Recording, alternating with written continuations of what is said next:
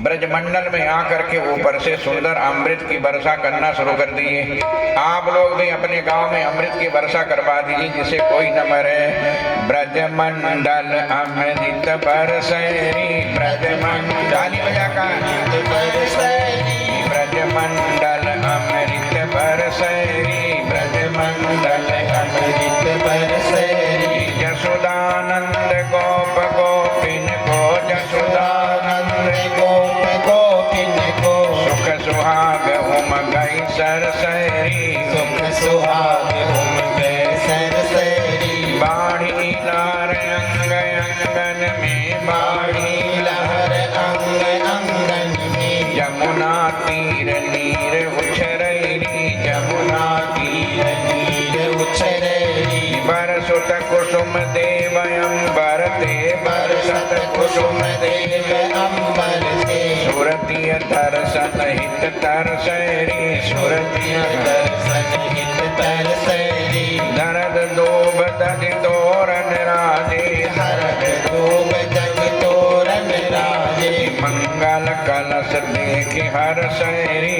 मंगल कलश देखि हर सैरी। शुभ सहनाई बजत रात दिन, शुभ सहनाई बजत रात दिन, शुभ सहनाई बजत रात दिन, शुभ सहनाई बजत रात दिन। चौदिस आनंद घन बरसैरी, चौदिस आनंद घन बरसैरी। ब्रजमंडल अमृत बरसैरी, ब्रजमंडल अमृत बरसैरी। करे निछावर तन मन सर्वस, करे निछावर तन मन सर्वस, करे निछावर तन मन सर्वस, करे निछावर तन मन सर्वस। ब्रजमंडल अमृत बरसैरी, ब्रजमंडल अमृत बरसैरी, ब्रजमंडल अमृत बरसैरी, ब्रजमंडल अमृत बरसैरी। सुंदर मंगल में दिव्य आनंद ब्रजमंडल के लोग ले रहे हैं अमृत की वर्षा से सज्जनों। और अमृत की वर्षा करने के लिए जब 33 करोड़ देवता ऊपर आ गए तब भगवान शंकर ने सोचा रे लगता है भगवान का अवतार हो गया, तो काशी से भगवान शंकर भी चल दिए। जैसे त्रेता युग में जब भगवान राम का अवतार हुआ था तो उस लीला को देखने के लिए भगवान शंकर कैलाश से चले थे, इस बार काशी से चले। भगवान शंकर जब राम कथा सुना रहे थे भगवती पार्वती को तब कहा भी कि मैंने तुमसे चोरी में गया था, और एक कहो निज चोरी सुनु गिरिजा दृढ़ मत तोरी। काग वसुंड संग हम दो मनुज रूप जाने को, परमानंद प्रेम रस फूले बीथिन फिर मगन मन भोले। परमानंद में मगन होकर अयोध्या की गलियों में घूमकर रामलला का दर्शन करने के लिए गया था, लेकिन इस बार काशी से आए सुंदर बाघांबर का दुशाला ओढ़ा, गले में शेष नाग लपटाया और मस्तक पर सुंदर त्रिपुंड धारण किया और चंद्रमा को अपने मस्तक पर रखा। बड़ी बड़ी जटाओं को बढ़ाकर भिक्षा पात्र लेकर माँ यशोदा से भिक्षा लेने के लिए आ गए गोकुल में।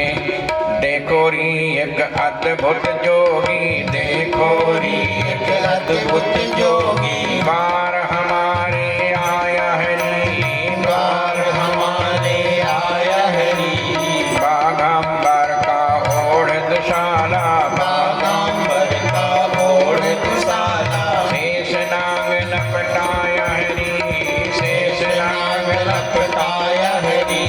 माथे वाको तिलक चंद्रमा, माथे वाको तिलक चंद्रमा, योगी जटा बढ़ाया हरी, योगी जटा बढ़ाया हरी।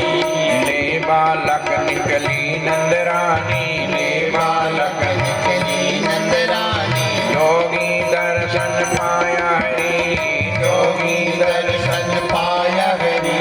7 बेर परिक्रमा करके, 7 बेर परिक्रमा करके, सिंहनाद बजाया हरी, सिंहनाद बजाया हरी।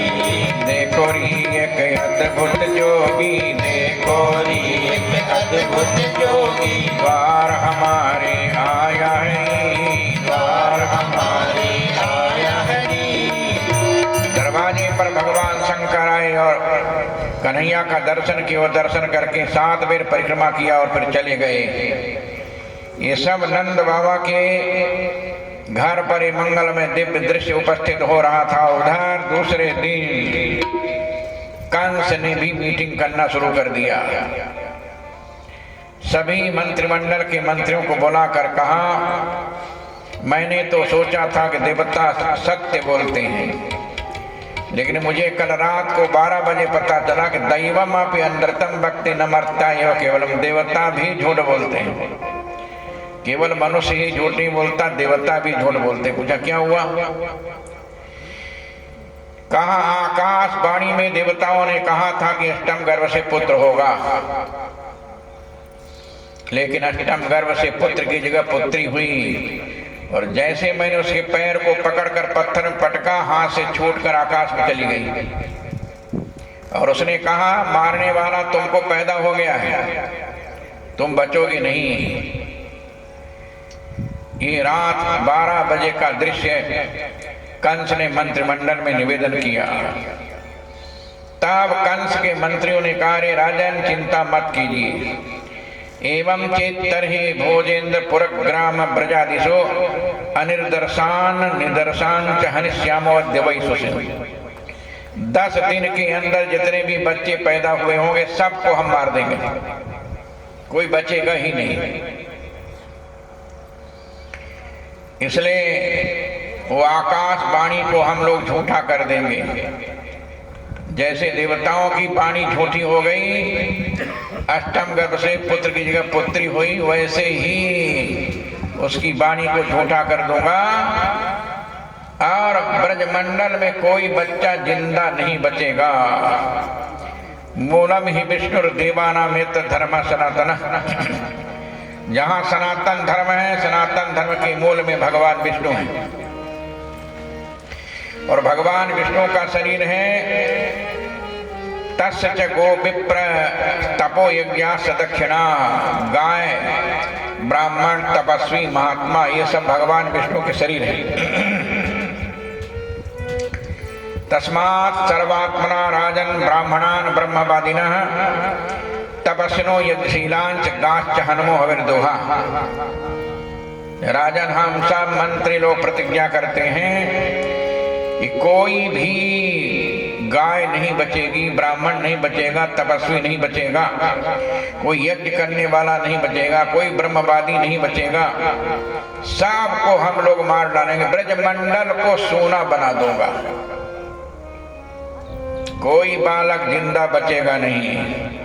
विप्राह गावाश्च वेदाश्च तपः सत्यम दमः समः श्रद्धा दया तितिक्षा च कर्तव्यश्च हरेः तनु। ब्राह्मण भगवान विष्णु का शरीर है, गाय भगवान विष्णु का शरीर है, वेद भगवान विष्णु का शरीर है, तप सत्य सम दम ये सब भगवान विष्णु के शरीर हैं। श्रद्धा दया तितिक्षा कर्तव्य हरे तनु, श्रद्धा दया तितिक्षा और यज्ञ ये सब भगवान के शरीर हैं। हम इन सब को समाप्त कर देंगे, ये कोई बचेगा नहीं। अयम ही तद्वधोपायो यदि ऋषीणाम विहंसनाम। जब कोई साधु नहीं बचेगा, ऋषि नहीं बचेगा, ब्राह्मण नहीं बचेगा, महात्मा नहीं बचेगा, तो भगवान विष्णु अपने आप मर जाएगा। ये मंत्रिमंडल के मंत्रियों ने राजा कंस को ये संदेश दिया, निश्चिंत रहिए आप। तब श्री सुखवाच, श्री सुखदेव ने कहा राजा परीक्षित से, सताम विद्वेष माचेरो आरातागत मृत्युवः। जब सज्जनों के ऊपर संकट आता है तो संकट डालने वाले के सिर पर मृत्यु नाचने लगती है। इसलिए बिल्कुल चिंता की बात नहीं है। जो व्यक्ति अत्याचार, दुराचार, पापाचार करता है उसकी आयु समाप्त हो जाती है। आयु श्रियम यशो धर्मम लोका नासिस एवच, उसकी आयु समाप्त हो जाती है, उसका स्त्री समाप्त हो जाता है, उसका यश समाप्त हो जाता है, उसका धर्म समाप्त हो जाता है। श्रंति श्रेयांसी सर्वाणी पुंसो महद अतिक्रम, जो अतिक्रमण करता है उसके जीवन के सारे जो पुण्य हैं वो सब नष्ट हो जाते हैं।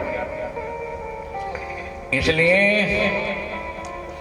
राजा परीक्षित से सुखदेव जी ने कहा, तत आरभ्य नंदस्य ब्रज सर्व समृद्धिमान, जब से भगवान कृष्ण का जन्म हुआ और जब से गोकुल में आए तब से ब्रजमंडल के जितने लोग थे सबके घर में सोना चांदी रुपया पैसा भर गया, पूरा खजाना भर गया। तत आरभ्य नंदस्य ब्रज सर्व समृद्धिमान, संपूर्ण ब्रजमंडल समृद्ध हो गया। हरेर निवासात्म गुणई रमा क्रीडम अभो नृप, जब भगवान का निवास ब्रजमंडल में हो गया तो लक्ष्मी वहां क्रीड़ा करने लगी, हर घर में लक्ष्मी का शुभागमन हो गया। ये सुंदर मंगलमय दिव्य दृश्य पूरे ब्रजमंडल में दिखाई दिया सज्जनों। और इसके बाद नंदक कंसस वार्षिक्यम करम दातुम कुरुद्भः, नंद बाबा राजा कंस को कर देने के लिए मथुरा आ गए। मथुरा में कंस को कर देने के बाद नंद बाबा ने सोचा कि चलो वसुदेव से मिल लिया जाए, इसलिए कि वसुदेव के सभी पुत्र मार दिए गए, एक गर्भ गिर गया, एक कन्या बिचारी पैदा हो गई, वो भी आकाश में उड़ गई।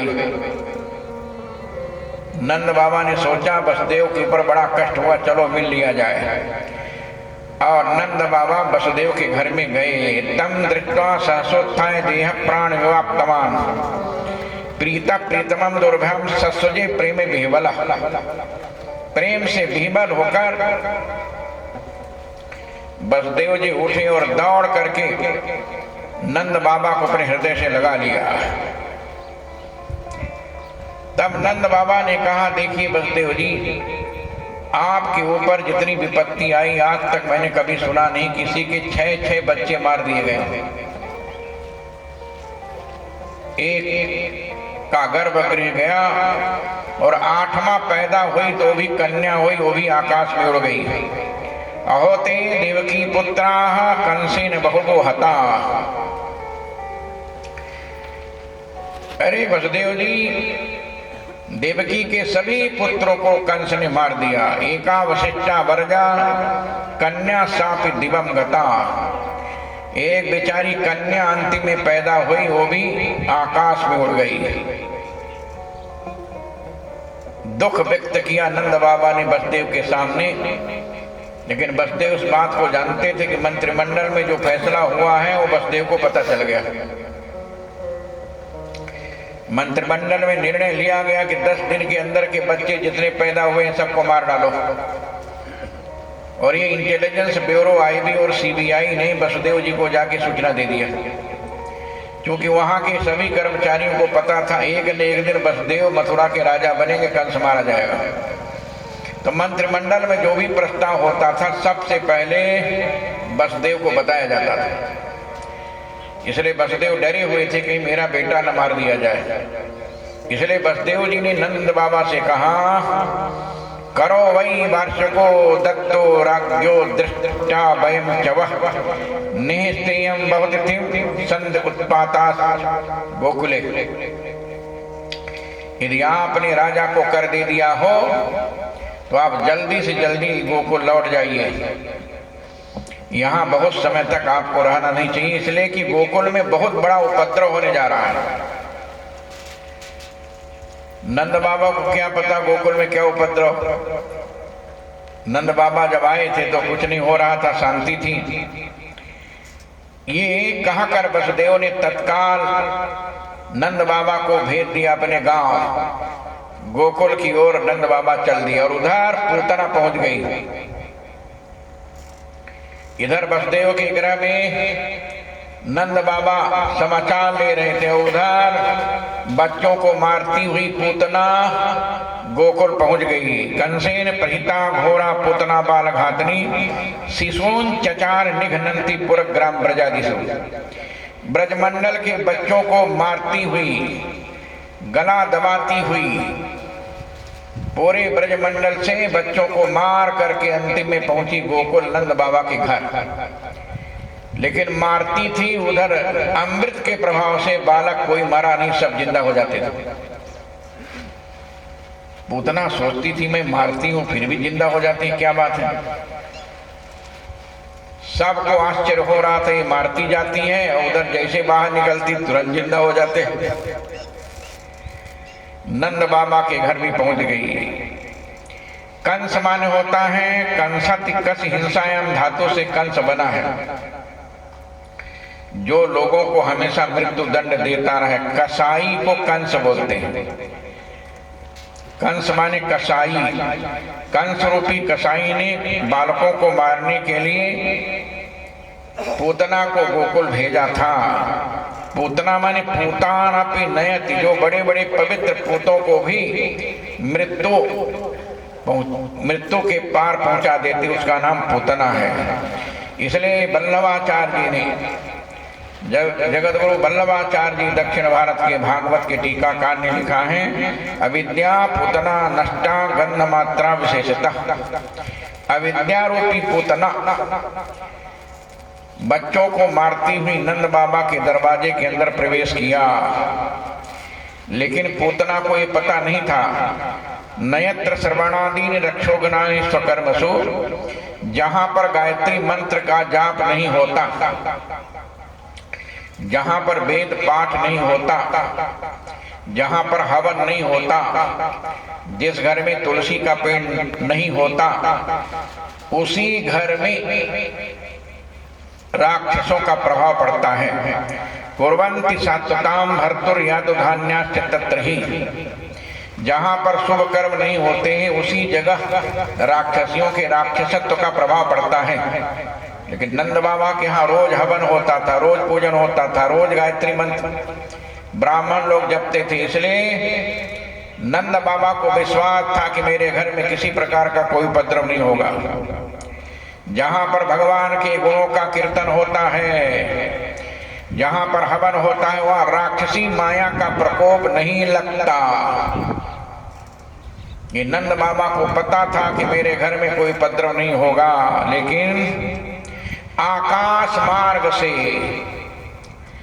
साखे चरिए तो पित्त पूतना नंद गोकुलम, आकाश मार्ग से पूतना अचानक दरवाजे में पहुंच गई। इतनी सुंदर नारी को देखने के बाद मैया यशोदा दौड़ पड़ी और पूछा कहां से आई हो, तो कहा कि बस इसी ब्रजमंडल की रहने वाली हूं, पता चला तुम्हारे घर में कोई बालक पैदा हुआ इसलिए मैं आ गई। रामावतार में जैसे सुरपड़खा विदेशी लिपस्टिक लगाकर राम को रिझाने के लिए आई थी और भगवान राम ने लक्ष्मण को इशारा करके नाक कान कटवा करके रावण के पास भेज दिया, वैसे द्वापर युग में सुंदर दिव्य लिपस्टिक लगा करके पूतना आई थी रिझाने के लिए। इतनी सुंदर नारी को देख करके यशोदा मैया रिझ गई। अरे कहा देवी कहां से आई, इतनी सुंदर नारी तो हमने ब्रजमंडल में कभी देखा ही नहीं। अरे कहा तुम्हारे गांव की रहने वाली हूं, मैं बाहर कभी नहीं निकलती, लेकिन पता चला तुम्हारे घर में कोई बालक जन्म लिया, उसको देखने आई। बिल्कुल झूठ बोली। भगवान तो जान गए कि कौन आई है। इसलिए सुखदेव जी ने कहा राजन विबुद्धताम बालक मारिका गृहम चरा चराप्ता क्षण। जैसे ही भगवान कृष्ण ने पूतना को देखा, देखते ही अपनी आंखों को बंद कर लिया।